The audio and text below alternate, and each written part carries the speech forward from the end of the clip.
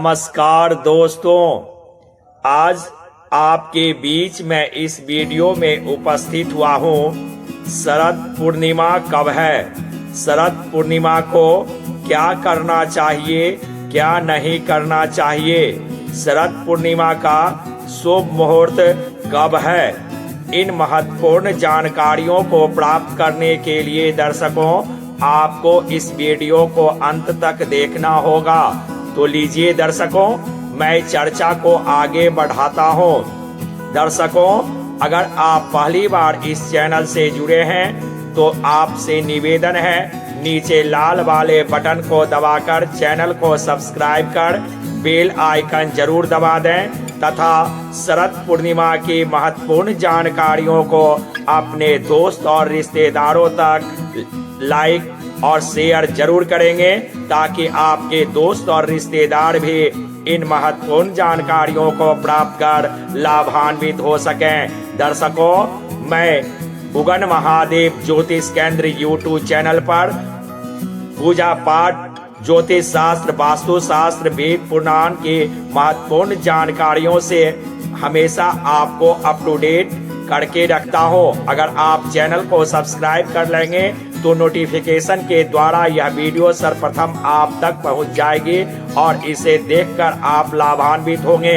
तो लीजिए दर्शकों, आपके बहुमूल्य समय का ध्यान रखते हुए इस चर्चा को मैं आगे बढ़ाता हूँ। यह जो मैं जानकारियाँ आपको दे रहा हूँ, यह पंचांग, कथा, प्रवचन और धर्मशास्त्र के ग्रंथों में दी गई जानकारियों के आधार पर यह जानकारियां आपको बता रहा हूं। दर्शकों, शरद पूनम की रात दिलाएं आत्म शांति, स्वास्थ्य लाभ। 30 अक्टूबर शुक्रवार को शाम 5:45 से 31 अक्टूबर शनिवार को रात्रि 8:38 तक पूर्णिमा है। विशेष 30 अक्टूबर शुक्रवार को शरद पूर्णिमा खीर चंद्र किरणों में रखें। 31 अक्टूबर शनिवार को शरद पूर्णिमा व्रत हेतु।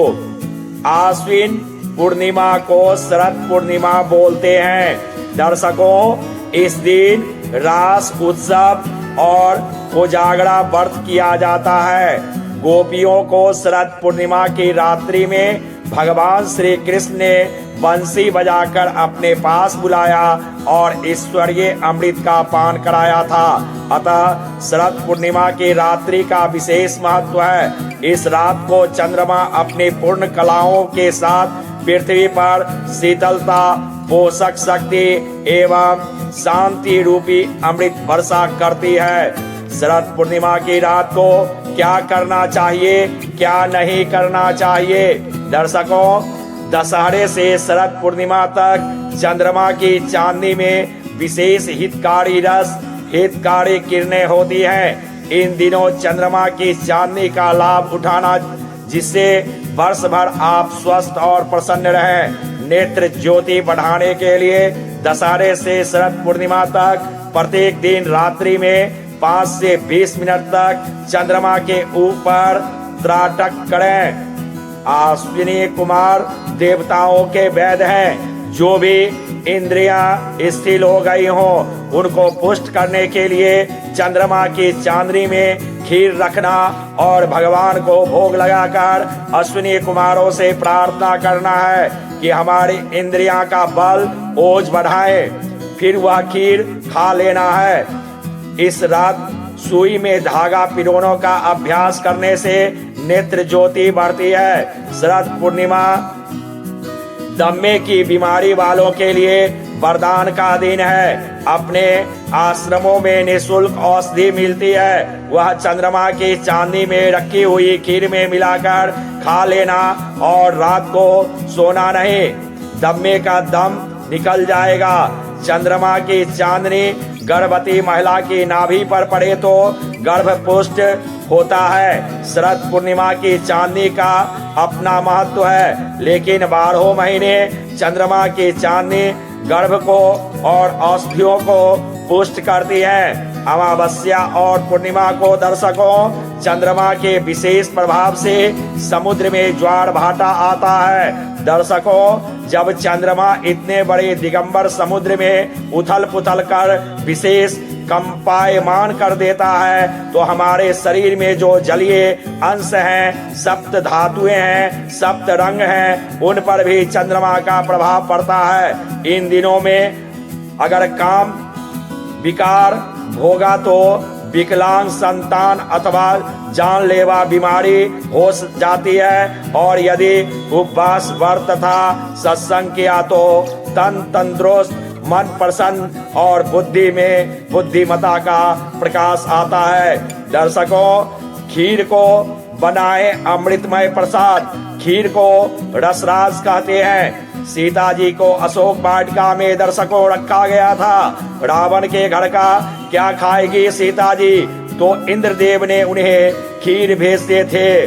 दर्शकों खीर बनाते समय घर में चांदी का गिलास आदि जो बर्तन हो, आजकल जो मेटल धातु का बनाकर चांदी के नाम पर देते हैं वह नहीं, असली चांदी के बर्तन अथवा असली सोना धो धा के खीर में डाल दें और उसमें रजत क्षार या स्वर्ण क्षार आएंगे। लोहे की कढ़ाई अथवा पतीली में खीर बनाएंगे तो लौह तत्व भी उसमें आ जाएगा। इलायची, खजूर या छुहारा डाल सकते हैं, लेकिन बादाम, काजू, पिस्ता, चरौली ये रात को पचने में भारी पड़ेंगे। रात्रि 1 बजे महीन कपड़े से ढककर चंद्रमा की चांदी में रखी हुई खीर 12 बजे के आसपास भगवान को भोग लगा के प्रसाद रूप में खा लेनी चाहिए। लेकिन देर रात को खाते हैं इसलिए थोड़ी कम खाना और खाने से पहले 1 आध चम्मच इसमें हलवे भी मिला देना चाहिए। मुंह अपना खोलना और भाव करना है तो महाराज आप भी लगाइए भोग, और थोड़ी बच जाए तो फ्रिज में रख देना, सुबह में गर्म करके खा लेना चाहिए। खीर, दूध, चावल, मिश्री, चांदी, चंद्रमा की चांदनी इन 5 श्वेतों से मुक्त होती है, अतः सुबह बासी नहीं मानी जाती है।